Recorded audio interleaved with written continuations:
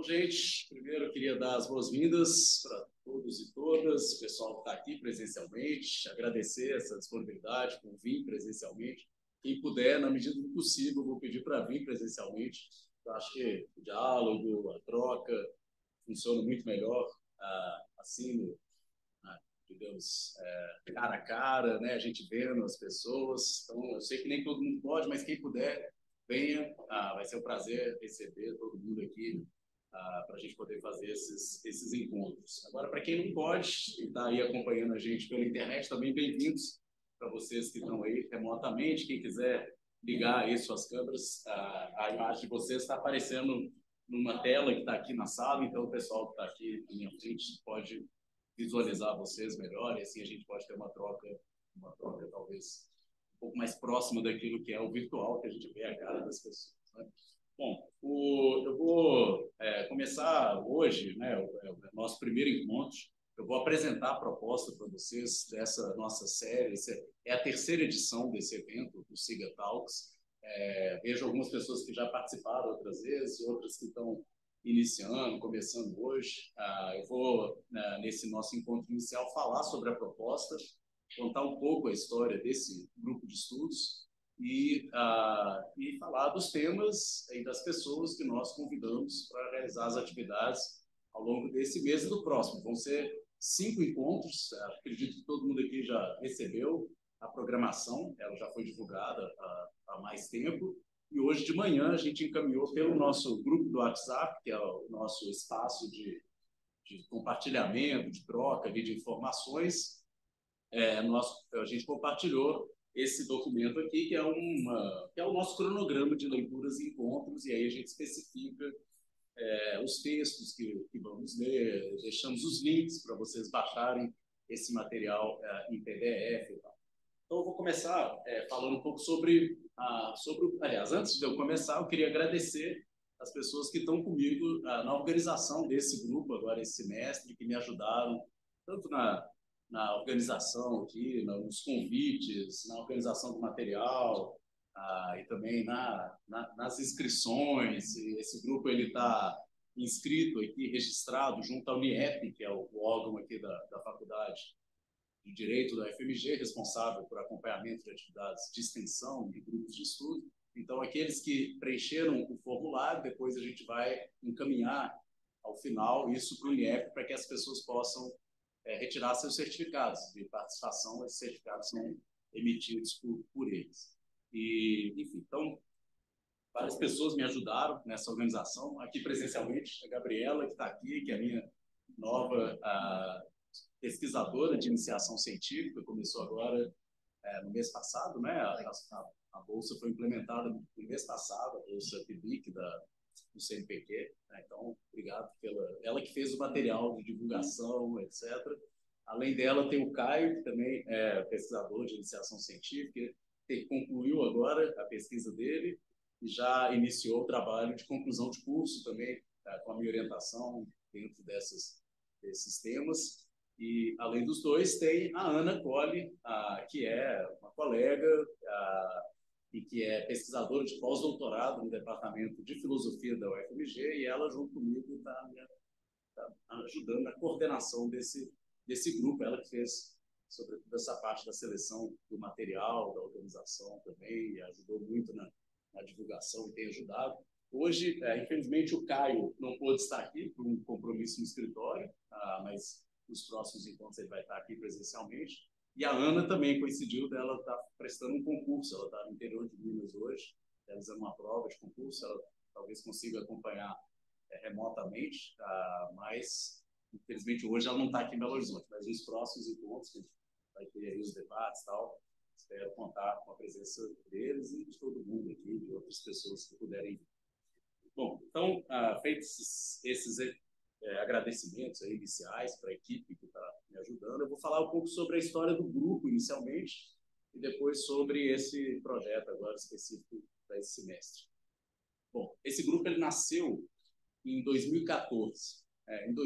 No início de 2014, eu defendi a minha tese de doutorado lá no programa de pós-graduação em filosofia. Minha tese foi na filosofia. E, na ocasião, assim que eu defendi a tese, eu ingressei no PNPD, que é o Programa Nacional de Pós-Doutoramento. Eu recebi uma bolsa da CAPES para realizar uma pesquisa de até 5 anos. Era uma pesquisa razoavelmente, um vínculo para pesquisador razoavelmente longo, né? Para pós-doutorado. E aí eu propus um projeto naquela ocasião para investigar, discutir os impactos, sobretudo éticos e políticos, das novas tecnologias da informação e da comunicação. Isso em 2014. Ingressei no meio de 2014, a partir de agosto de 2014, eu criei lá no Departamento de Filosofia um grupo que chamava Internet Filosofia, que era um grupo que a gente se propunha, eu, outros professores participaram, vários alunos, sobretudo da FAFISH, que era onde eu estava desenvolvendo inicialmente essa pesquisa, a gente se propôs primeiro, assim, conhecer melhor a bibliografia, as principais referências que pensam essa sociedade da informação, ou a cibercultura, e discutem temas, e aí tem muitos autores da área da comunicação social, da área da sociologia, da área da computação, da área do direito, da área da antropologia. Tem uma série de pesquisas sobre o mundo digital, sobre como que isso altera a nossa vida, como isso altera a nossa cognição, o modo como nós pensamos, como isso altera as relações de poder, os movimentos políticos, e aí entra uma dimensão propriamente política, e como isso altera a constituição dos sujeitos contemporâneos, as formas mesmo de construção da subjetividade, aí entra uma discussão mais ética ou moral, enfim, que também invade o terreno da psicologia. Então, eu tentei explorar essa literatura, que é muito vasta e que tem 1 milhão de coisas, e no início não foi fácil, aquela coisa do início de pesquisa, de você, muitas vezes, bater na porta errada, assim, perceber que não era aquilo que você estava buscando, até começar a encontrar uma bibliografia que diga, assim, ou te entregue algo que te interessa, e aí você aprofunda mais e vai atrás das fontes que aquela bibliografia traz. Enfim, então foi um trabalho de exploração. Durante um tempo eu procurei aprofundar filosoficamente a questão. Eu estava num programa, num departamento de filosofia, então eu fui atrás dos clássicos, assim, dos filósofos, pensadores, que tradicionalmente colocaram em questão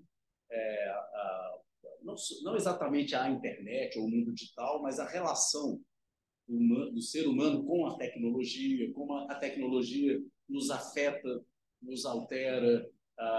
E aí textos do Heidegger, por exemplo, sobre a questão da técnica, texto do Herbert Marcuse sobre o homem unidimensional, textos do Deleuze, do Gilles Deleuze sobre a noção do virtual, textos, enfim, uma série do Foucault sobre sociedade de controle ou sociedades disciplinares e de segurança, enfim, a noção de governamentalidade. Então, foram uma série de explorações que eu fiz ao longo de alguns anos. Esse grupo, lá na FAFISH, ele durou de 2014 até 2017. Então, foi um período, para mim, de muito aprendizado, assim, de leitura e de começar a me familiarizar com essa área, que era uma área assim, que sempre despertou o meu interesse.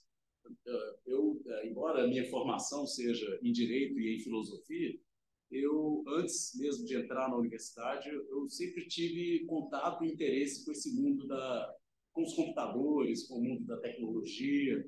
Com 14, 15 anos de idade, eu ganhei um computador, né, um MSX, que era um computador que usava, né, um sistema DOS, tudo era programado em BASIC, basicamente, no MSX. E eu e meu irmão, a gente ficou interessado por aquilo, comecei a ler revistas e aprender a programar e mexer em computador. Então, sempre gostei, assim, tive alguma familiaridade com esse universo da tecnologia. Nunca fui um profissional nessa área, mas sempre mantive, né, acompanhando um pouco toda essa mudança no mundo dos computadores, o próprio surgimento da internet nos anos 90, né? Já estou velho, eu me lembro direitinho de quando apareceu a internet, as primeiras redes, antes mesmo da internet, que a gente conectava às redes BBS, e eu participava dessas comunidades, desses fóruns, compartilhava os programas que eu fazia. um ambiente assim, muito colaborativo, né? Tinha muita troca, a gente ia construindo comunidades e tal, virtualmente. Então, eu participei um pouco disso. Aí, a verdade é que, num primeiro momento, lá nos anos 90, eu participei de uma espécie de coletivo que seria hoje visto como um ativismo, que fazia ações assim, de compartilhamento e tal. Mas, enfim, durante muito tempo eu tive e acreditei, assim, eu via, não só eu, era uma questão geracional, assim, nos anos 90 era muito comum a gente ver na internet algo que prometia, assim, ser um ambiente que conectaria a humanidade, que deixaria disponível para todas as pessoas do mundo inteiro o nosso patrimônio cultural, científico, tudo seria acessível.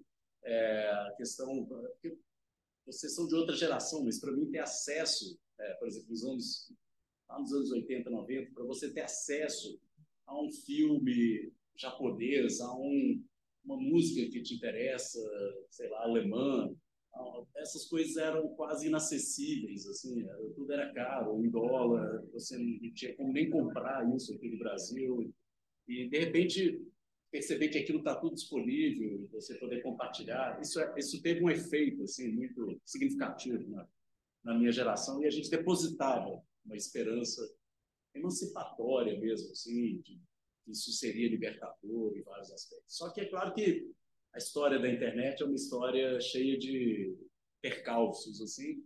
Logo no começo tinha essa perspectiva da internet ser um grande espaço de negócios, assim, um grande território a ser conquistado para se realizar negócios lucrativos, o que a gente chamava lá dessa ascensão da internet.com, né, essa internet comercial, né, que esse domínio, né, que indica uma atividade comercial, exploração comercial. Então, aquela internet, que era uma espécie de pré-internet ainda, das comunidades virtuais, abertas e colaborativas, foi cedendo, digamos assim, espaço para essa internet comercial. Isso já nos anos 90. E depois, nos anos 2000, que a gente tem um processo ainda mais acelerado para além da internet.com, que é a plataformização. E aí eu acho que tem vários elementos que ajudam a gente a entender o que a internet virou ao longo desses anos, né? Mas talvez dois, assim, só para ficar em dois, que eu acho fundamentais. O primeiro é a difusão, a popularização da internet móvel, né? O acesso à internet deixa de ser um acesso basicamente via computador e se torna um acesso que está na mão de todo mundo o tempo inteiro no smartphone, né? Nos celulares, todo mundo carrega por aí. Então, essa possibilidade do acesso à internet por meio desses aplicativos de celular, obviamente mudou a nossa relação com a internet, mudou a lógica da oferta de serviços da internet. A internet móvel é uma outra internet, né? Para começar, o nosso acesso à internet, bem-vinda, Ana. Agora a Ana chegou e eu já te agradeci na sua ausência aí, você e os outros, os monitores do nosso grupo que ajudarem aí na elaboração, na condução desse trabalho. Mas, enfim, então, o primeiro, como eu estava dizendo, é a internet móvel, e o segundo, talvez, esse processo de personalização que caracteriza o funcionamento de vários algoritmos, vários sistemas computacionais. Talvez o marco disso foi em 2009, quando a Google personaliza os seus resultados de busca, né, no início, aliás, ao longo, né, da primeira década dos anos 2000. Em 2009 é concluído esse processo, e aí a gente tem uma internet personalizada, essa ideia de que cada um passa a receber um determinado conteúdo em função do seu histórico ali de cliques, das páginas que você visitou, daquilo que você fez, e aí esses rastros digitais vão conformando, vão sendo minerados, vão sendo correlacionados, vão sendo trabalhados na conformação de perfis. Cada um de nós, então, vai sendo perfilado, né? E isso faz com que a gente passe a ter, cada um de nós, uma experiência única, customizada, personalizada quando navega na internet. Então, essa internet que antes era uma espécie de território de exploração, a gente usava muita metáfora do navio, navegar na internet, né? A gente diz isso. Navegar na internet era como se fosse entrar num grande oceano de informações, no qual tudo estaria disponível, e aí você teria contato com o mundo inteiro e tal, né? Eu acho que cada vez menos a internet é essa navegação, essa exploração de um universo de coisas desconhecidas, né? E cada vez mais se tornou uma espécie de visita, uma espécie de lago artificial que foi planejado para você daquela maneira, e a sua navegação é cada vez menos uma aventura no mar aberto e cada vez mais algo próximo, assim, uma espécie de excursão guiada. Não sei se você está entendendo, que eles vão te levar para um determinado lugar porque você é assim assado, ou para outro lugar.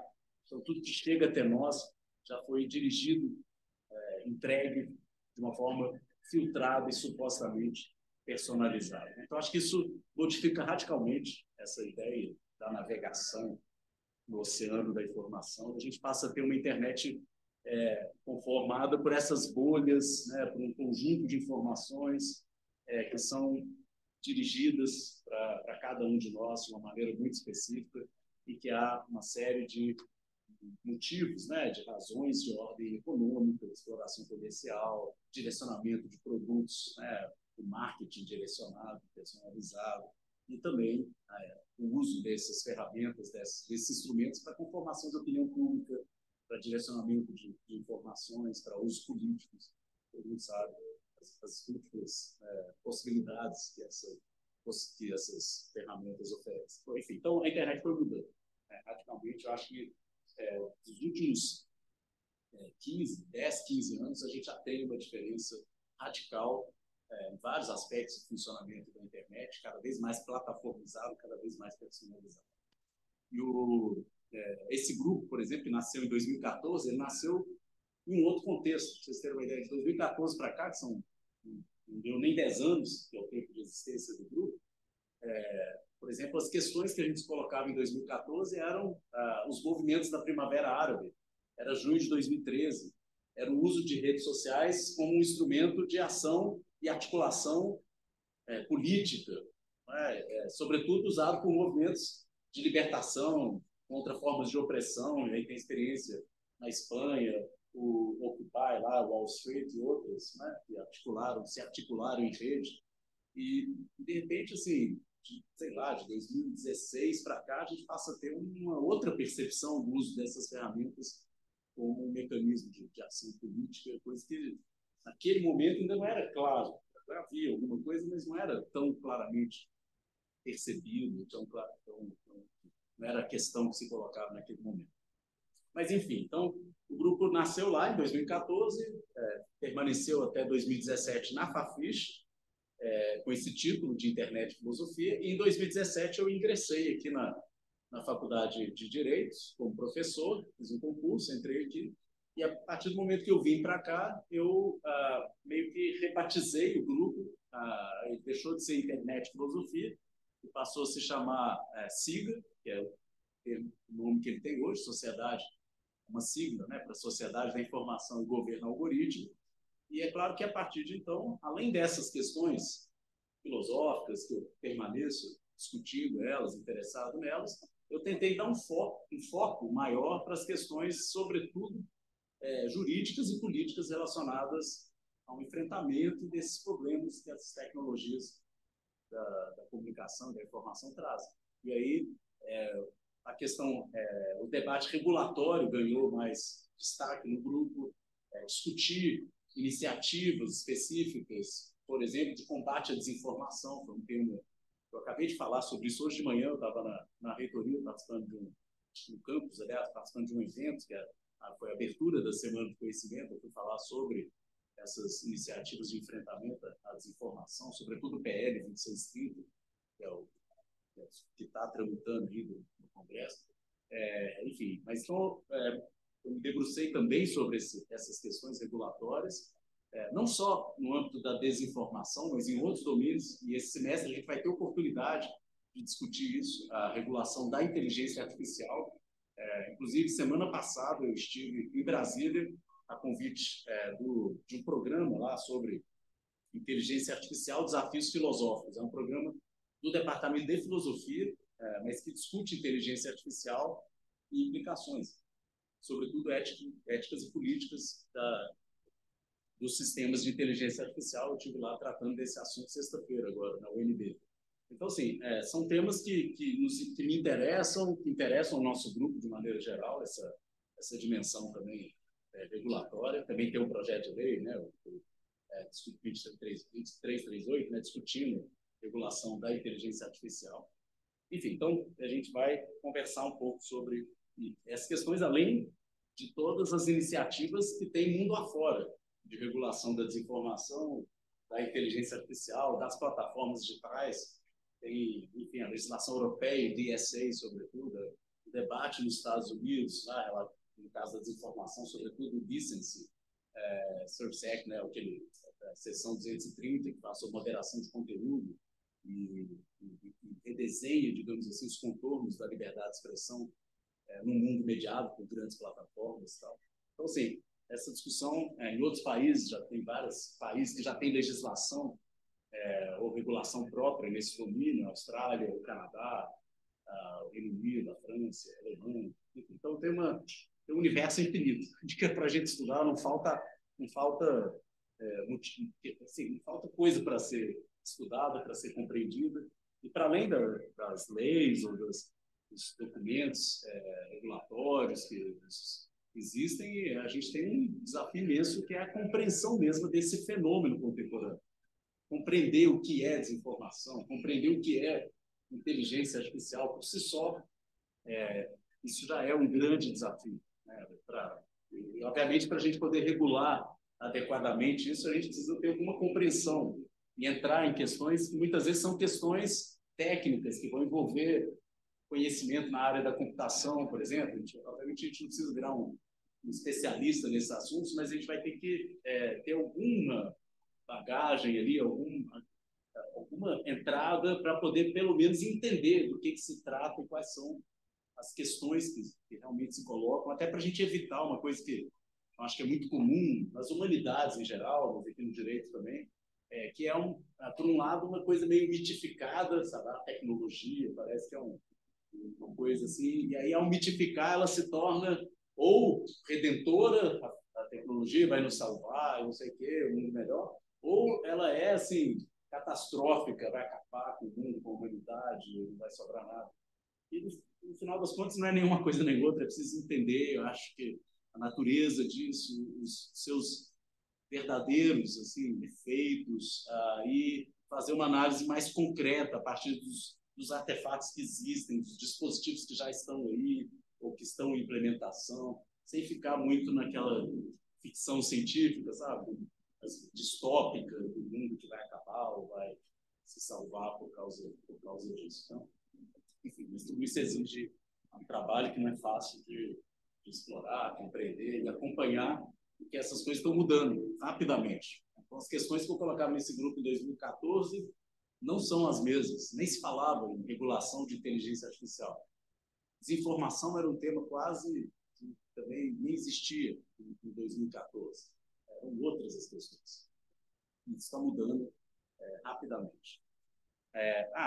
O Ian perguntou se aqui é um encontro aberto para perguntas e tal. Eu estou falando muito hoje porque é uma apresentação do grupo, então eu estou apresentando. Mas é aberto, todo mundo pode se manifestar. Quando a gente começar a discutir os temas e os textos, é claro que aí vai haver mais, vocês vão intervir, etc. Mas quem quiser intervir, quem quiser falar qualquer coisa, fica à vontade. Tanto aqui o pessoal presencialmente na minha frente. Aliás, deixa eu mudar a câmera um pouco para vocês verem o pessoal que está na minha frente.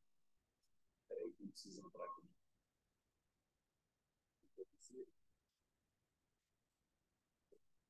Aí, o pessoal arrumando aqui, que vai aparecer.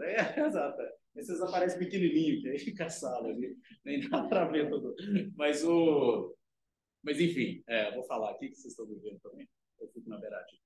Mas enfim, podem se manifestar, o pessoal aqui pode falar, o pessoal levantar a mão, e o pessoal em casa levanta a mão também. É só apertar aí, levantar a mão e eu passo a palavra para vocês poderem se manifestar. Aliás, eu estou vendo aqui várias pessoas queridas, conhecidas. Agora que eu olhei com calma aqui para a tela do computador, porque eu estava olhando mais para as pessoas aqui na minha frente. Estou vendo que o Cláudio está aqui. Bem-vindo, Cláudio, que é professor lá da PUC, colega, a gente já participou de outros eventos juntos, e outras tantas pessoas. O Caio, que eu mencionei aqui, eu já agradeci ao Caio por ajudar na preparação, na realização desse nosso grupo.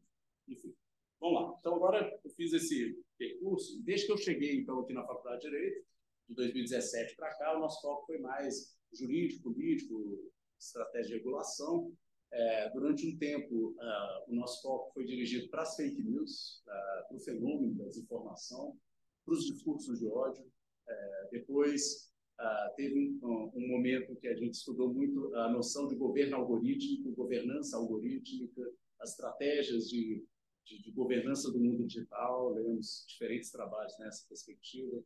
E, no ano passado, no primeiro semestre do ano passado, eu não estava aqui, eu estava afastado, porque eu estive no Canadá como pesquisador visitante junto ao Centro de Estudos sobre Vigilância, o Surveillance Study Center, que fica em Kingston, que é coordenado, Kingston é uma cidade, em Ontário, no Canadá, e que é coordenado pelo professor David Lyon, que é um autor que a gente tinha lido aqui já no grupo anteriormente. Ele é um sociólogo que coordena esse grupo, tem uma série de publicações importantes nessa área chamada Estudos sobre Vigilância. E ele tinha um projeto que era Big Data Surveillance, né, sobre o estudo da vigilância na era do Big Data. E eu fui lá participar desse projeto. Ele que escreveu livros que a gente leu aqui no grupo sobre a cultura da vigilância e outros tantos textos. Foi uma experiência riquíssima para mim, esse período lá de 6 meses. E quando eu voltei, lá eu percebi que lá tinha os talks do Surveillance Study Center. E eu fiquei pensando, a gente podia ter algo parecido com isso aqui na UFMG, aqui no Brasil, porque a ideia dos talks era justamente convidar pessoas, ou pessoas que já têm alguma trajetória, ou novos pesquisadores, ou então alguém que acabou de publicar, ou está participando de um estudo, de um contexto relevante. Aí a ideia é convidar essas pessoas e trocar ideias, e discutir os temas, e conhecer mais o trabalho uns dos outros. Eu sinto que aqui no Brasil a gente até tem conexões acadêmicas razoáveis, há muitos eventos, a gente acaba conhecendo os colegas que estão pesquisando na mesma área, mas eu acho que tem uma coisa que faltava, eu sentia falta pelo menos, que a gente se conhecia, se ouvia, mas a gente se lia e se comentava muito pouco. Eu conheço a pessoa, sei que ela escreveu um livro, uma tese sobre um assunto, mas eu não parava para ler o trabalho dela. Muitas das vezes, porque não tinha tempo, porque você acaba lendo mais as referências internacionais e tal, e acabava não fazendo esse esforço de ler os próprios colegas. Assim. E aí eu me dei conta de que a ideia de organizar o nosso grupo de estudos como encontros seria uma oportunidade não só para conversar com essas pessoas, conhecer melhor o trabalho delas, trocar ideias, como para tirar, né, um tempo para ler assim, o que elas estão escrevendo, conhecer melhor o que elas estão produzindo também. Então, a ideia do grupo nasceu disso. Eu comecei, então, esses encontros logo que eu voltei do Canadá, que foi no segundo semestre do ano passado. Diz que a gente está na terceira edição desse SIGA Talks. E desde então, no primeiro semestre, eu convidei várias pessoas, algumas, um colega aqui do UFMG que veio presencialmente, que é o professor Carlos D'Andrea, da comunicação, que publicou um livro sobre estudo de plataformas digitais. Convidei a Miriam Wimmer, que é a diretora da ANPD, que é a Autoridade Nacional de Proteção de Dados, para a gente discutir a questão da proteção de dados no Brasil. Ela, inclusive, fez parte da comissão de juristas que auxiliou e elaborou esse anteprojeto, que virou agora o projeto de lei de regulação da inteligência artificial. Nós conversamos com o Jonas Valente, que é um sociólogo, que escreveu uma tese, que virou um livro, tanto aqui no Brasil quanto no exterior, ele está publicado em inglês. Ele estava naquela época em Oxford como pesquisador visitante, fazendo um pós-doc lá, e o livro dele é sobre o monopólio das plataformas digitais. Uma tese interessantíssima que eu tive justamente a oportunidade de ler boa parte da tese, discutir com ele no ano passado. Mais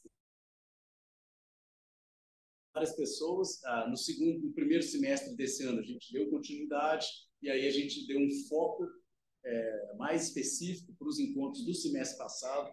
Toda a discussão, algumas pessoas estão aqui acompanhando, foi sobre racismo algorítmico, entender o que é racismo algorítmico, quais são os tipos, as formas, a natureza desse fenômeno, por que afinal de contas, sistemas de inteligência artificial tem esse risco de viés ou de ação discriminatória, como tentar regular ou evitar esse tipo de racismo. Então, aí eu fui atrás de pesquisadores, todos eles jovens, assim, pesquisadores que vêm publicando textos relevantes e conduzindo pesquisas sobre isso. Destaque aqui para o Tarcísio Silva, e depois tive a oportunidade de conhecer ele aqui em BH, que ele veio presencialmente, mas o nosso debate foi virtual, e ele publicou já uma série de livros sobre essa temática. O Deison Faustino também, que a gente conversou com ele. A Bianca Kremer, que é uma jurista, que defendeu uma tese lá na Universidade Federal do Rio de Janeiro sobre essa questão do racismo algorítmico. Enfim, então foram encontros muito ricos esse semestre passado. E agora, esse semestre, espero que os encontros sejam igualmente ricos. Agora sim vou falar sobre os temas desse semestre. Demorei, mas cheguei nos temas desse semestre. E vou falar sobre os textos e as pessoas com quem a gente vai conversar. Mas dessa vez, ao invés de um tema específico, como foi no primeiro semestre, a nossa ideia foi fazer uma coisa mais plural, diversificada. Então, a gente vai conversar sobre vários assuntos. Bom, o primeiro encontro, que é esse de hoje, é só uma apresentação e uma introdução. Até agora eu estava querendo fazer com que vocês conhecessem um pouco mais essa trajetória e essa história do grupo. A partir da semana que vem, a gente vai começar os encontros e debates com os convidados. Cada encontro tem um convidado ou uma convidada, e é importante que esse aqui é um grupo de estudos, de pesquisa e de estudo, é importante que todo mundo aqui que está acompanhando os encontros, que leia os textos, porque a ideia é justamente chegar aqui e poder trocar e colocar questões e conhecer mais o trabalho dos colegas. Então, a leitura é parte absolutamente fundamental desse funcionamento desse grupo. Então, para a próxima, aí a gente, dessa vez, vão ser 5 encontros e a gente concentrou eles.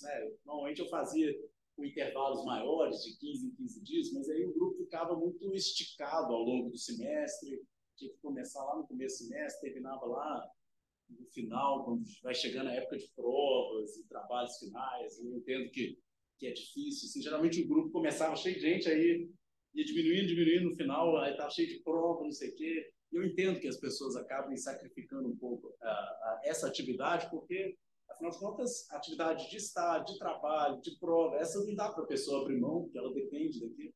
E aí quem acaba sendo prejudicado assim, é a pesquisa, são essas atividades que são necessárias para a formação de vocês, que, obviamente, há um interesse, senão vocês não estariam aqui participando do grupo, mas na hora que o bicho pega, é o que dá para abrir mão. Eu entendo perfeitamente, assim, não fico condenando ninguém por isso, não. Mas para evitar assim, essa coisa de chegar muito próximo do final do semestre, eu tentei, então, deixar tudo mais concentrado. 1 mês e meio, a gente termina no início no dia 20 de novembro, antes das semanas assim, finais de prova, etc. Então, o nosso último encontro vai ser dia 20 de novembro. E também acho que essa coisa de a gente manter os encontros semanais fica uma coisa mais... fica mais dá uma unidade maior para os encontros, não fica muito distante uma coisa da outra, porque às vezes você põe de 15 dias, aí cai um feriado, aí vira 21 dias, aí as pessoas até esquecem que estavam num grupo de estudo, e 21 dias depois acontece de novo, fica tipo um cometa que passa, assim, sei lá, de 100 anos, assim. Então, assim, para evitar esse efeito dispersivo, assim, eu achei que talvez concentrar. Mas, por outro lado, a concentração dos encontros traz um desafio, que é a gente dar conta da carga de leitura, porque a gente vai ter um prazo mais curto, uma semana, para ir lendo os textos e recebendo os convidados, ler os textos, receber o convidado. Então, é claro que eu tentei readequar Antes, como às vezes tinha 21 dias de um encontro a outro, aí eu propunha assim, vamos ler a tese toda da pessoa, né? Porque a gente tem 21 dias, dá para ler um texto aí de 200 páginas, 300 páginas. Agora, não é o caso, tá? Então eu tentei fazer recortes assim, mais precisos para a gente ter, para ser viável, né? Que a gente leia. Claro que a gente vai ler na medida do possível, se as pessoas não conseguirem ler tudo, ler o que deu conta, né, e tal, mas tentei propor alguma coisa que seja factível, assim, que dê para a gente ler. Bom, para o próximo tema, para o próximo encontro, semana que vem, a gente vai receber aqui o Pedro Martins. Pedro Martins é um aluno aqui da casa, formou aqui na Faculdade de Direito. Eu participei tanto da banca dele de TCC, como da banca dele de mestrado. Ele sempre trabalhou nessa área, assim, da tecnologia e direito. O tema que a gente vai conversar com ele é sobre regulação da inteligência artificial. Ele já atua há alguns anos no Data Privacy Brasil, que é uma ONG importante que produz assim, material, tem uma revista Data. Eles têm uma produção, uma atuação interessante nesse domínio. E o Pedro hoje é um coordenador acadêmico do Data Privacy Brasil, né? E ele é um mestre aqui pela faculdade. É um cara super novo, né? Que é daqui de Belo Horizonte, e agora, há pouco tempo atrás, na hora que a gente estava justamente fechando o nosso cronograma, a gente tinha até outros, né, Ana, convidados, e aí essas coisas nem sempre a gente consegue trazer as pessoas que a gente quer, na hora que a gente quer, porque tem outros compromissos, vai ficando em cima, assim. E aí, nisso que a gente estava pensando nas pessoas para fechar a nossa programação, eu vi que o Pedro estava indo participar, ele participou de um evento na Europa, agora esqueci aonde, na Polônia, assim, no leste europeu, e Viena, enfim, era um evento. Ele foi lá representando o Data Privacy Brasil discutir justamente regulação de inteligência artificial. E ele foi, o trabalho que ele discutiu lá era uma comparação das regulações europeias, sobretudo o DSA, com a proposta de regulação, o projeto de lei que está tramitando aqui no Brasil. E aí, bom, esse é um tema que eu sempre quis aprofundar mais, assim, porque a gente parou para estudar o projeto de lei aqui no Brasil, mas eu não tive ainda tempo de fazer essa análise comparativa com essas regulações que existem fora do Brasil. Na hora que eu vi que ele estava tratando desse assunto em um evento lá na Europa e tal, eu falei, vamos chamar ele, então, vamos conversar com ele sobre isso, né? Já que ele está acompanhando esse debate, está escrevendo sobre isso.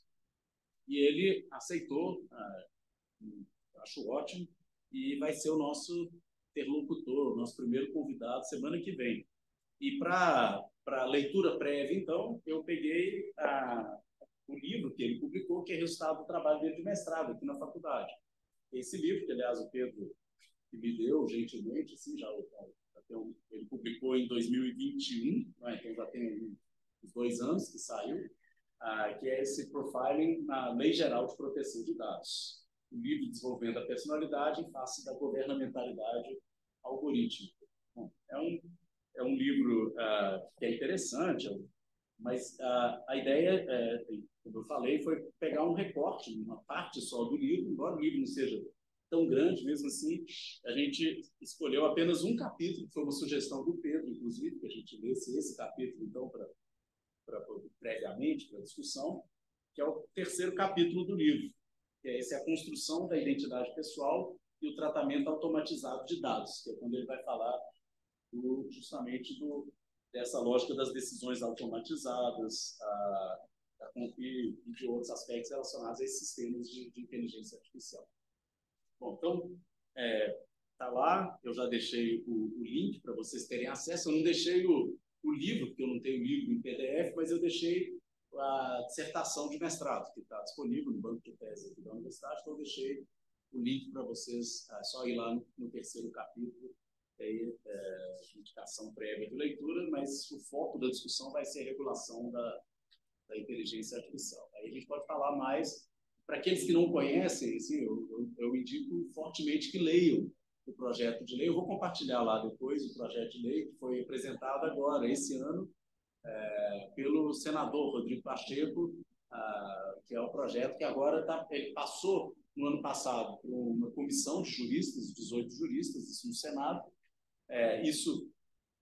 Esse trabalho dessa comissão produziu um documento de 900 páginas, um estudo extremamente minucioso, assim, extenso. Eu não tive tempo de parar para ler tudo, 900 páginas. Preciso fazer alguns anos de grupo só para ler o relatório da comissão de juristas. Mas esse trabalho da comissão apresentou também um texto, uma proposta de texto, e essa proposta foi acolhida pelo senador, né, Rodrigo Pacheco, que agora essa proposta ela tenta, de certa maneira, unificar uma série de outras iniciativas que já existiam lá no Congresso para a regulação do uso de inteligência artificial. Então, é um texto importante. Eu vou compartilhar no grupo, porque quem não conhece esse texto, ele é recente, está em discussão hoje no Parlamento, está passando por comissões, eles estão organizando audiências públicas para receber, né, contribuições e melhorias no texto. Isso vai ser ainda mais amplamente discutido na sociedade, mas, enfim, a gente já pode participar e acompanhar isso.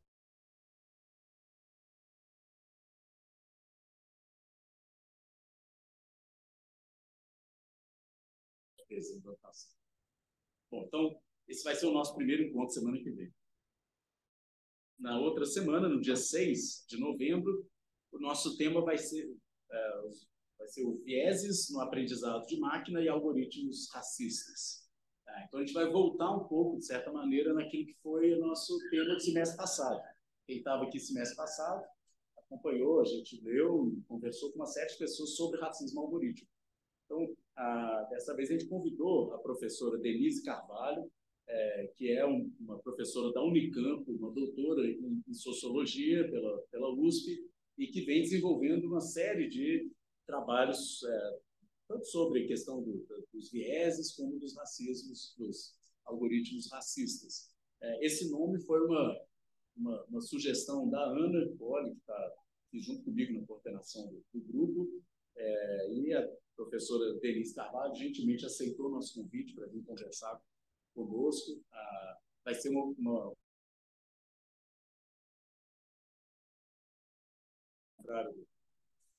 do Pedro, né, que é tal, a Denise não. A Denise, a participação dela vai ser remota, então a gente vai se encontrar aqui, mas ela vai participar da tela, aqui, fazer a apresentação, dialogar com a gente remotamente. E 3 textos dela foram selecionados para vocês lerem e para a gente conversar. São 3 artigos, então não é um volume assim, muito grande de leitura. O primeiro artigo é esse Black Twitter, em materialidades digitais, um texto de 2023, que está publicado agora, esse ano.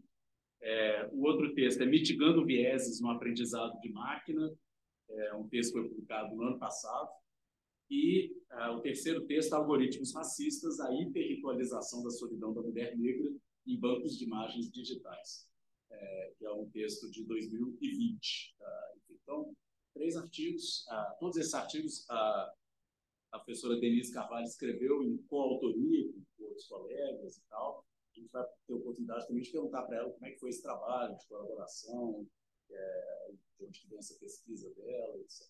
Mas também vai ser uma descoberta para mim, uma oportunidade de conhecer mais o trabalho dela e conhecer ela, ainda que remotamente, né? Mas já é alguma coisa. O terceiro, o outro encontro seguinte, no dia 13 de novembro, aí nós temos uma convidada, que é a professora Ana Bentes, que, na verdade, eu queria que ela viesse participar do grupo no primeiro semestre, da primeira edição do SIGA Talks, que foi no ano passado, só que por um problema de agenda ela não pôde participar naquele momento, mas ela ficou ali, né? Eu falei, vou tentar de novo e tal. Como no semestre passado o foco foi racismo algorítmico, que não é tanto a praia dela, acabou que ela não voltou a ser convidada, assim, não para aquele momento, mas agora, felizmente, ela pôde, né? Ela aceitou nosso convite, vai poder participar. Também vai ser uma participação remota, ela que é do Rio de Janeiro. Ela é professora da Fundação Getúlio Vargas e é uma doutora em comunicação e cultura pela Universidade Federal do Rio de Janeiro. Trabalhou com a professora lá, Fernanda Brum, que é uma professora muito querida lá no Rio.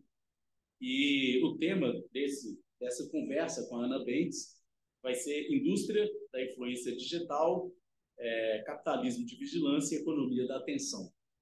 Esse tema, primeiro, ela escreveu uma dissertação de mestrado, que virou um livro, foi publicado pela editora lá da PUC-Rio, que chama Quase um Tique, o título do livro, que foi esse livro, na verdade, que despertou meu interesse na pesquisa dela, inicialmente, porque trabalha com a questão do chamado mercado da atenção, essa economia da atenção, essa lógica das plataformas e o modelo de negócio, essa maneira de monetização característico das plataformas, que é basicamente baseada no engajamento, na produção de engajamento, em atrair a atenção dos usuários.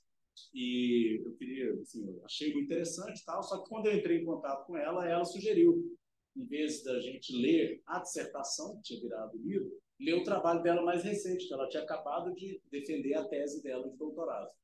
Que é esse texto que está indicado aqui, ó, da Madison Avenue ao Vale do Silício. Ciências comportamentais do engajamento, tecnologias de influência e economia da atenção. Então, obviamente, na tese, ela teve a oportunidade de aprofundar aquilo que está no livro, né, que foi o trabalho de mestrado. E aí, obviamente, ela sugeriu, a tese foi defendida ano passado, um trabalho recente, que ainda não está, que eu saiba, não está publicado na forma de livro.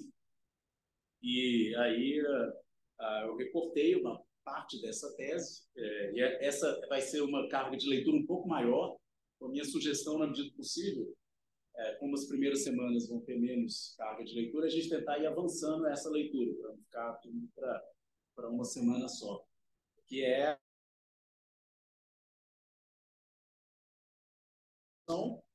o capítulo 2 da tese e uma parte do capítulo 4, um subitem do capítulo 4. Eu fui pegando as partes que me interessam mais diretamente, que são essas relacionadas ao modelo de negócio de plataformas e economia da atenção. Porque tem uma boa parte da tese que é uma discussão mais sobre behaviorismo, uma discussão com a psicologia comportamental, com as estratégias de influenciação. É interessantíssimo também, mas assim, fica como uma leitura aí complementar para quem tiver tempo, interesse, poder ler a tese toda, eu acho que vale muito a pena, certamente.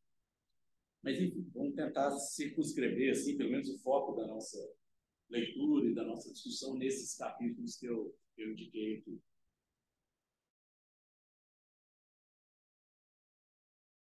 De novembro.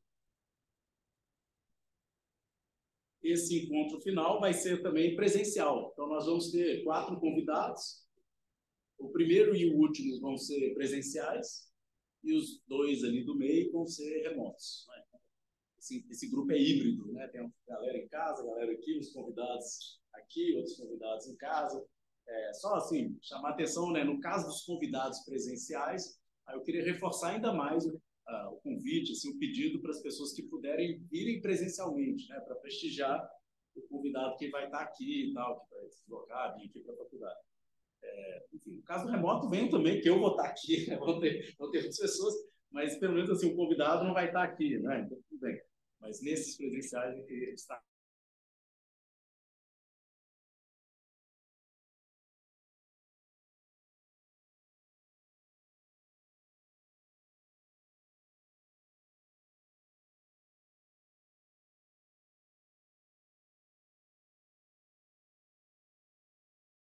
Foi recebida aqui como professora visitante na Faculdade de Direito da UFMG.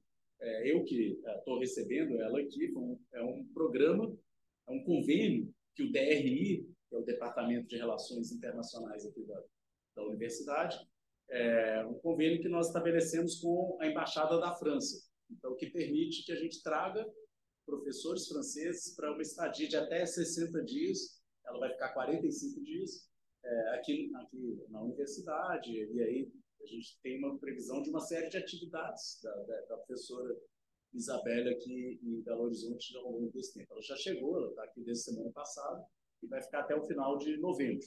Então, nesse momento ela não está em Belo Horizonte, ela está no Rio de Janeiro, que ela foi participar de alguns eventos lá, mas no final dessa semana ela já volta para Belo Horizonte. A partir da semana que vem, a partir de novembro, ela vai dar uma conferência aqui na faculdade, vai ter um evento lá na Faculdade de Letras, que ela vai também estar participar lá junto com os estudantes de literatura francesa e tal. Vai ter também um encontro com a rede francófona aqui da Faculdade de Direito, a gente vai discutir alguns temas lá na rede francófona, e ela vai vir aqui no Grupo Siga também conversar com a gente sobre essas pesquisas dela, as últimas pesquisas. A Isabelle Barberis, ela é uma professora da Universidade de Paris-Cité. Paris-Cité é uma universidade nova em Paris. A França está passando por uma reformulação do seu ensino superior, né? E várias universidades elas estão se juntando e formando universidades maiores. Assim. Paris é uma cidade que tem várias universidades. Na época que eu estudei lá, por exemplo, em 2010, 2011, tinha até Paris 13, né? Paris 1, Paris 2. Isso falando das instituições públicas, né, de ensino só em Paris. Né? Então era um universo assim, grande e um tanto confuso assim, para quem não é de lá. E aí eu acho que uma das estratégias do governo francês foi tentar juntar essas universidades para criar universidades com mais visibilidade internacional e melhor ranqueadas naqueles rankings internacionais e tal. E acho que é isso que fez com que, por exemplo, essa universidade que a Isabelle trabalha era a antiga Universidade Paris 7, que é a Paris Denis Diderot, que já esteve lá, conhece provavelmente a Universidade Paris 7. E a Paris Cité foi formada pela essa e outras, né, universidades que se juntaram. E ela trabalha lá na área de literatura, arte, escultura. Ela é uma pesquisadora assim, que tem publicações na área do teatro contemporâneo. Ela estuda as representações da democracia, etc. E ela tem uma pesquisa sobre lutas identitárias, sobre novas formas de censura no mundo contemporâneo, problemas relacionados a essas hordas virtuais. E ela publicou, ano passado, e é esse o livro que eu vou indicar aqui a leitura, ela publicou esse livro que está aqui na minha mão, né? Estou mostrando aqui, mas a câmera não está. Que é o livro Panique Identitaire. É um livro que está em francês, a publicação original desse livro, e que discute essas questões identitárias e as discussões online, o discurso de ódio, as perseguições, né, que acontecem no meio digital também. E tal. E eu selecionei partes desse livro para a gente ler, a introdução, a segunda parte e a conclusão do livro, que não é um livro tão grande. Né? Ela tem um outro livro também, mas eu indiquei aqui inicialmente, que é o chama L'Art du Politiquement Correct, a arte do politicamente correto, que é sobre, ela estuda essa noção do politicamente correto e tal. Mas a gente vai fazer essa discussão, né? Ela é uma professora que não fala português, né? Então a ideia é que ela possa falar em francês e eu faria a tradução consecutiva, então ela vai falando, eu vou traduzindo para vocês. E além disso, ela também entende, fala inglês, então o debate poderia ser em inglês, em grande medida, quem fala inglês, etc., poderia falar, mas a gente vai sempre fazendo a tradução. Então, a pessoa que fala inglês e português, para todo mundo entender. Né? Se ela responder em inglês, aí a própria pessoa pode traduzir a resposta dos colegas. Quando ela falar em francês, eu traduzo. Então, a gente resolve esse problema da barreira linguística, digamos assim, com um pouco de calma e tal, mas traduzindo e permitindo assim que a gente tenha esse debate com ela. No caso dela, acho que, como o texto está em francês, e nem todo mundo, obviamente, lê, tem habilidade de leitura em francês, então eu entendo que nem todo mundo vai conseguir ler esse material. Eu vou até entrar em contato com ela depois, para ver se ela me passa algum material em inglês, alguma coisa que ela tem publicado em inglês, eu compartilho no grupo. E, além disso, eu estou trabalhando na tradução de um texto dela, que ela preparou um texto para a conferência que ela vai dar aqui no final de novembro também, na faculdade. E essa conferência eu fiquei de traduzir para a gente projetar. Ela vai proferir a conferência e a gente vai projetar o texto da conferência. Então, como eu já vou trabalhar nessa tradução, eu vou tentar fazer isso. Ela já mandou o texto, inclusive, agora. Mandou antes de ontem, né? Eu estou traduzindo. Mas, enfim, ela me mandou. Eu vou tentar trabalhar nessa tradução rapidamente para que eu compartilhe já com vocês esse texto em português. Para vocês terem algum texto em português. Mas essa tradução não está pronta, então por isso que eu não compartilhei ainda. Né? Mas assim que eu tiver isso pronto, eu divido com vocês. Por enquanto só está esse texto em francês. Bom, e, e basicamente, então, é essa a proposta. Esses são os 5 encontros. Hoje, só eu fiquei falando aqui, que é um encontro inicial, mas definitivamente eu não quero que seja assim os nossos encontros. Primeiro porque a gente vai ouvir os nossos convidados, né? Então eu não vou ficar aqui falando demais nos encontros. A gente está aqui mais para ouvir e conversar com os nossos convidados. Mas, para além disso, eu quero encontro, né, com a participação de todo mundo, de todos vocês. Né? Leiam os textos, tragam anotações, façam perguntas, críticas, considerações. Não precisa ser só pergunta, pode ser um comentário que enriqueça aqui a nossa conversa. Esse grupo tem uma coisa que eu sempre gostei nele, e a gente permanece sendo assim, ele é um grupo extremamente variado quanto à sua composição. Inclusive, eu sempre pergunto, né, naquele formulário para inscrição no grupo, tinha no finalzinho um espaço para as pessoas se apresentarem. Eu li as apresentações, não todas, porque as últimas eu não tive tempo de entrar, as últimas inscrições foi agora, né, ontem, né, que vocês colocaram. Eu não tive tempo de ler essas, mas a primeira leva, que já eram bastante gente, muito feliz com o interesse, com a procura para participar desse grupo. Mas, enfim, eu leio lá as apresentações e é impressionante. Não sei se você leu lá, Gabi. Tem gente de várias áreas diferentes. Né? Claro que tem muita gente daqui da Faculdade de Direito, tem muita gente da filosofia. A Ana, que está coordenando comigo o grupo, é da filosofia, tem outros colegas estudantes da filosofia. E um tanto de gente da psicologia, das ciências sociais, de tudo quanto é área, né? Da educação, várias áreas diferentes e gente de vários lugares do país. Como esse grupo tem essa natureza híbrida, então tem muita gente de fora aqui de Belo Horizonte que participa do grupo também. Então, claro que fico muito feliz com essa riqueza assim, de perfis assim, variados e acho que é interessante que as pessoas tragam essas contribuições a partir das suas áreas, da experiência que elas têm. E outra coisa que esse grupo tem é um perfil muito variado quanto ao momento de formação que cada um se encontra. Então, nós temos aqui vários estudantes que acabaram de entrar na faculdade, são muito bem-vindos, os calouros, né, que estão começando a graduação, mas tem também pessoal que está no meio, final do curso, muita gente da pós-graduação, galera do mestrado, do doutorado, e também colegas, pesquisadores, professores, mas que têm interesse em discutir, aprofundar esse tema. Que grupo de estudos, assim, não precisa ser aquela coisa hierarquizada, sabe? Se você é doutor, você tem uma cadeira, direito à voz, né? Se você... Acho que é interessante que seja esse espaço no qual, é claro, e outros estão começando, mas a gente vai aprendendo também, ouvindo os relatos dos outros, quem já tem mais tempo de estrada, né? E também colocando as suas dúvidas, e a partir das dúvidas da galera mais nova, a gente aprende muito também. Né? Não só porque a gente precisa parar para pensar, para responder as dúvidas, né? Mas porque muitas das vezes são dúvidas que não têm resposta, e a gente compartilha muitas vezes dessa frustração, dessa inquietação, ou das dúvidas que temos também, e por aí vai. Né? Existe oráculo, né? Ninguém chega com uma verdade toda pronta e acabada, e transmitindo verdades por aí. Né? E, enfim, então eu acho isso. As pessoas em vários momentos da formação, dentro de áreas diferentes, de lugares diferentes, tudo isso é uma riqueza para o grupo.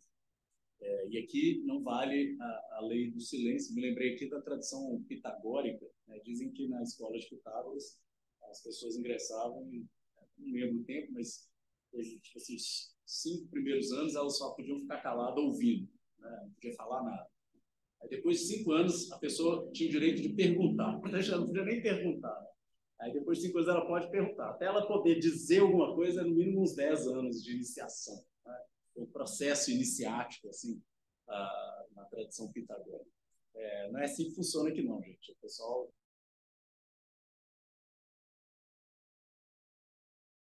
Os comentários também que julgar pertinente.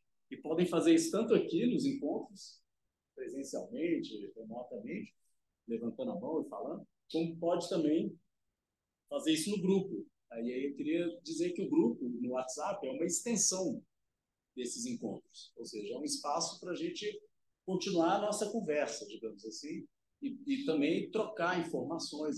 Ali é um espaço que, assim, é claro que eu vou pedir para vocês não postarem nada ali que não tenha relação com o grupo, com as questões que o grupo discute.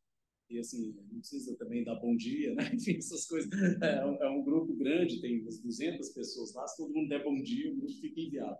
Então, assim, então é um grupo para a gente partilhar e compartilhar coisas relativas ao tema que a gente está discutindo aqui nos encontros, ou um evento que eu sempre utilizo ali para divulgar. Ó, tem um evento interessante aqui, ou eu vou participar disso aqui, ou vai tá tendo uma publicação que é relevante, ou algum episódio recente, algum acontecimento que tem relação com essa área, com as coisas que nós estamos conversando.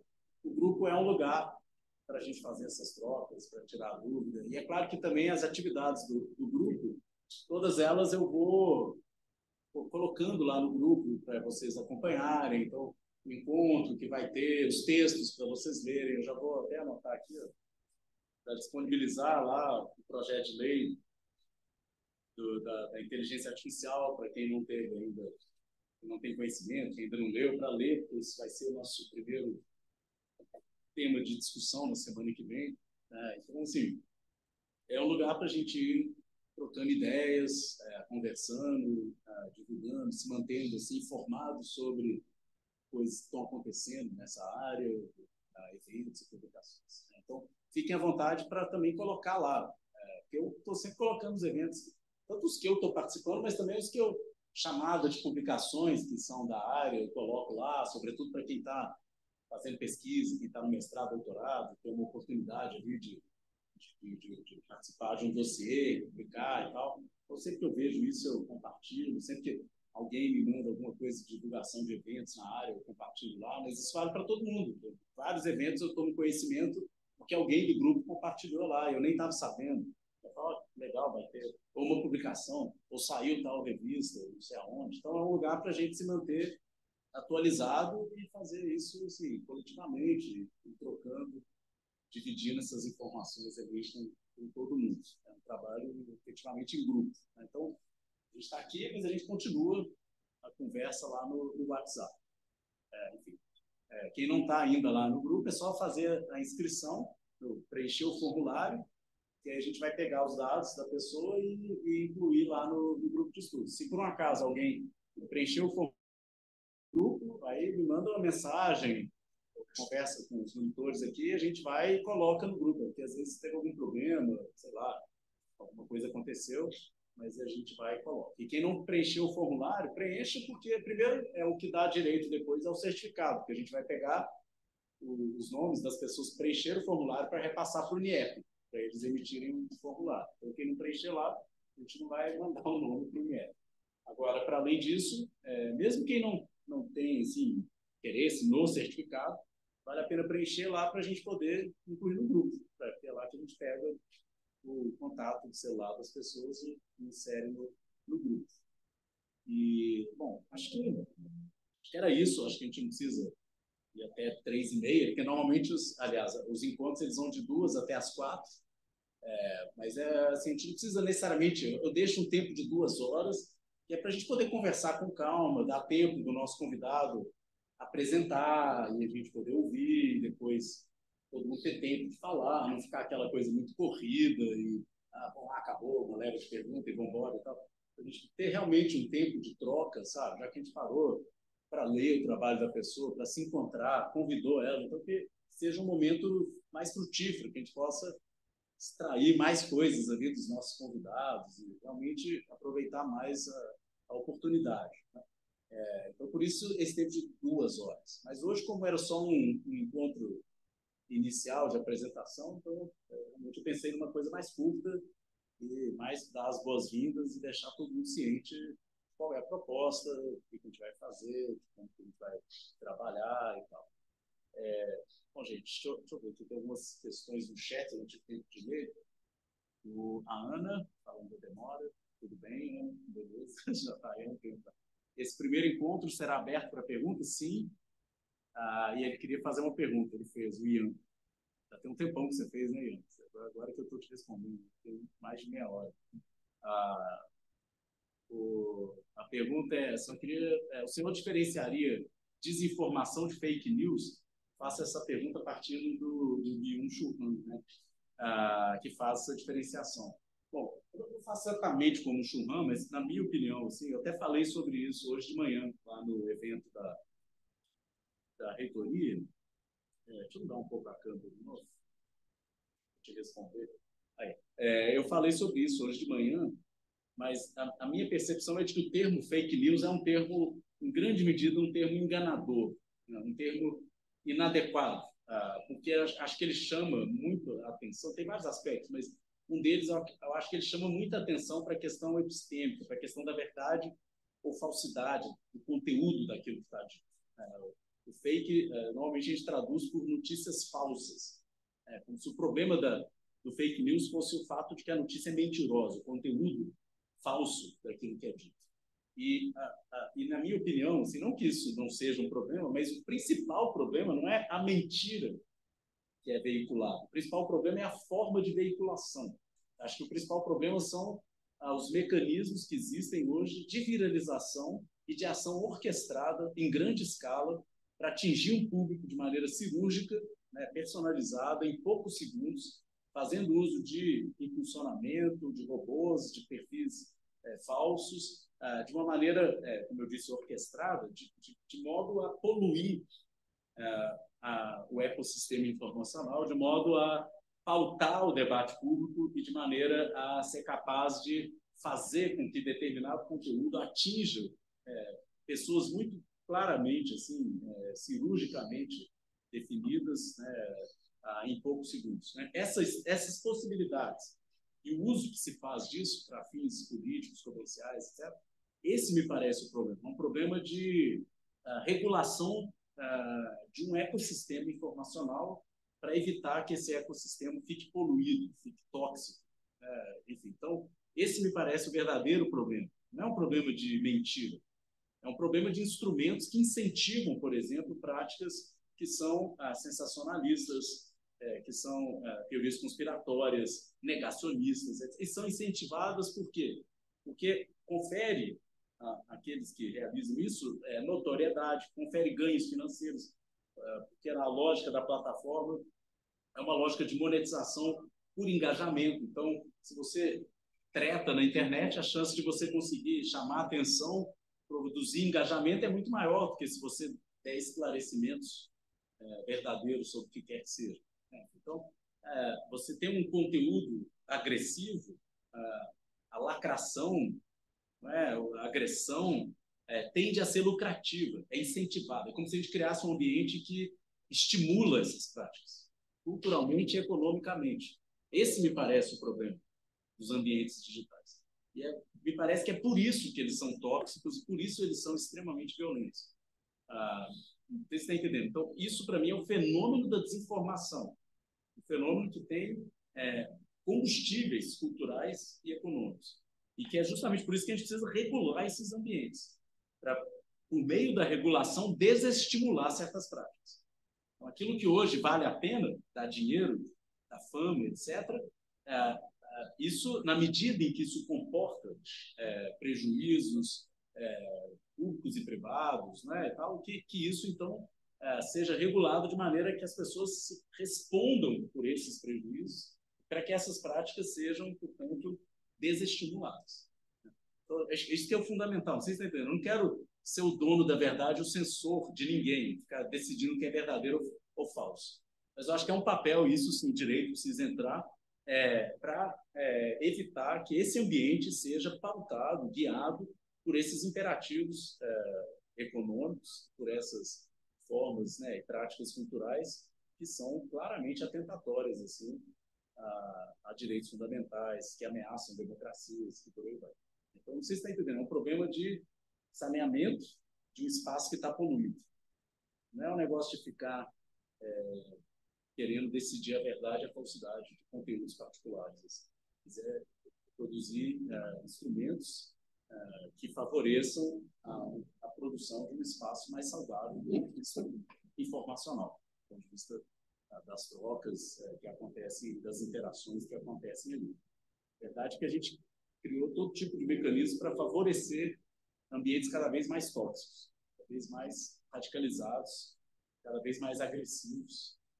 E eu entendo perfeitamente que as pessoas ajam assim ali, porque elas estão sendo hoje estimuladas a isso. É isso que a gente precisa pensar, como esses ambientes estão sendo construídos.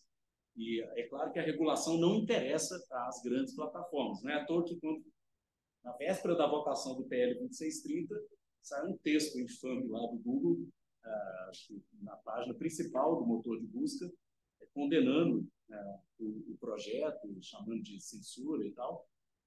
E dá para entender por que as plataformas reagem assim, porque a treta, a lacração, a confusão, a briga, o discurso de ódio, etc., tudo isso produz engajamento. Eles ganham com engajamento. Vocês estão entendendo? Se está tendo confusão lá, se tem um cara querendo matar o outro, tem 1 milhão de pessoas agindo igual uma horda e atacando um ao outro, isso dá dinheiro. Esse engajamento é lucrativo. Então, é claro que regular isso, reduzir isso, tornar os ambientes menos tóxicos e agressivos, significa reduzir o rendimento. Significa, na lógica de como, no modelo de negócio atual das plataformas, isso significa um impacto financeiro significativo para as plataformas, especialmente para as plataformas de redes sociais. Então, é claro que elas não têm interesse nenhum nisso, mas aí a gente tem que entender de que lado que a gente está, o que a gente quer. A gente quer que as big techs continuem lucrando enormemente, ou a gente quer evitar que esse tipo de prática prospere, seja estimulada e por aí vai. Eu não estou dizendo que a gente tem que escolher necessariamente uma coisa ou outra, mas é muito claro que há um conflito, me parece, de interesses. E não é à toa que o lobby das grandes plataformas é um lobby que sistematicamente age de uma forma a dificultar, criar empecilhos para esses esforços regulatórios, não só no Brasil. Mas aqui eu acho que isso acontece de uma forma ainda mais incisiva.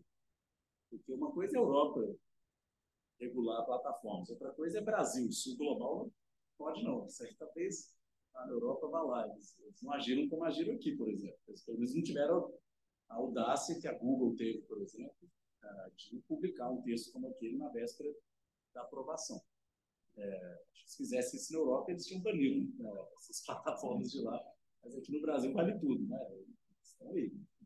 Mas, enfim, deixa de ser um tema complexo, uma questão que envolve interesses muito poderosos. A gente está falando, quando a gente fala de grandes plataformas digitais, a gente está falando das empresas, corporações de maior valor de mercado no mundo inteiro. São empresas trilionárias, e eu não estou exagerando. Elas são, se a gente junta, então, as Big Five lá, elas têm um valor de mercado muito superior ao PIB de muitos países do mundo. Então, é realmente um negócio gigantesco. E é claro que não é fácil regular esse negócio. Esses ambientes, obviamente, o lobby é muito poderoso. Enfim, mas acho que não só é importante, como é urgente que a gente discuta e enfrente essa questão. Não dá para acreditar mais, acho que ninguém acredita mais nisso, seriamente, e deixar esses ambientes simplesmente desregulados, que essa seja a solução. A gente pode discutir os termos da regulação, mas a desregulação é certamente abrir as portas para a selvageria. Né? Bom, não sei se eu te respondi, mas eu prefiro falar em desinformação enquanto um fenômeno, percebeu? E não em fake news, como um problema de falsidade de conteúdo, de notícias. A gente vai até conversar sobre isso, depois eu vou divulgar, vou queimar a divulgação não, porque essa sexta-feira vai ter um encontro da rede, que é coordenado aqui pela Ana, mas a gente já está definindo o horário certinho, daqui a pouco eu vou divulgar para vocês, a gente vai ter a oportunidade de conversar justamente, o tema lá vai ser justamente essas regulações de plataforma, controle de informação e as relações de poder que estão envolvidas ali. Mais alguma questão, gente? Alguma dúvida com relação aos encontros? Todo mundo já teve acesso a esse material com informações dos textos, dos links? Todo mundo abre lá, já pega os textos, vão começar a ler então os textos. Quem não teve acesso ainda, entre em contato com a gente. A Ana confirmou, vai ser 11 horas da manhã mesmo, né? Então, depois, assim que o material estiver pronto, eu compartilho lá no grupo para convidar todo mundo para participar desse encontro, que vai ser na Fafiche, sexta-feira, 11 horas da manhã. Mas todo mundo, então, pega o material, pega os textos, vão lendo, vão conversando lá no WhatsApp e acho que é isso. Bem-vindos, mais uma vez, para todos e todas. Eu vou, não havendo mais questões aqui, eu vou, então, finalizar essa gravação e essa sessão virtual, gente. Obrigado a todo mundo. Também tem bastante gente aqui presente nesse momento, virtualmente. Espero que aqueles que puderem, que venham presencialmente semana que vem, e a gente tenha mais um encontro. O QR Code do grupo do WhatsApp, quem tem? Eu estou no computador aqui da faculdade, eu não tenho. Você consegue pôr ele? No Zoom? Vai colocar que aí você consegue colocar. Não, vou fazer o seguinte, quem perguntou foi a Ana. Não, Vanessa, professor. Eu vou colocar o meu e-mail. Quem não tem o negócio, me manda o e-mail que eu passo o O link. Caio compartilhou aqui, professor. E compartilhou? Já teve um aqui, compartilhou. Quem está em casa é mais fácil, já está na plataforma. Então ótimo. Então o Caio já compartilhou. Quem não tem, pega ali o link, que aí é só entrar lá. Esse é o link de convite, não é, Caio? Para entrar no grupo. Então, perfeito. É isso, então, gente. Vamos finalizar o encontro aqui remotamente. Até semana que vem. Espero encontrar todo mundo aqui novamente, gente. Tchau, tchau para vocês. Até mais. Professor, queria trocar uma palavrinha com o senhor? Vanessa. É Vanessa? Agora que eu estou te vendo. Tudo Tudo bom, bom, Vanessa? professor? Bem-vindo aí. Queria trocar uma palavrinha com o senhor, rapidinho. Tá. Esse depois? Depois que o É, pessoal sair? Então tá. Eu vou parar a gravação.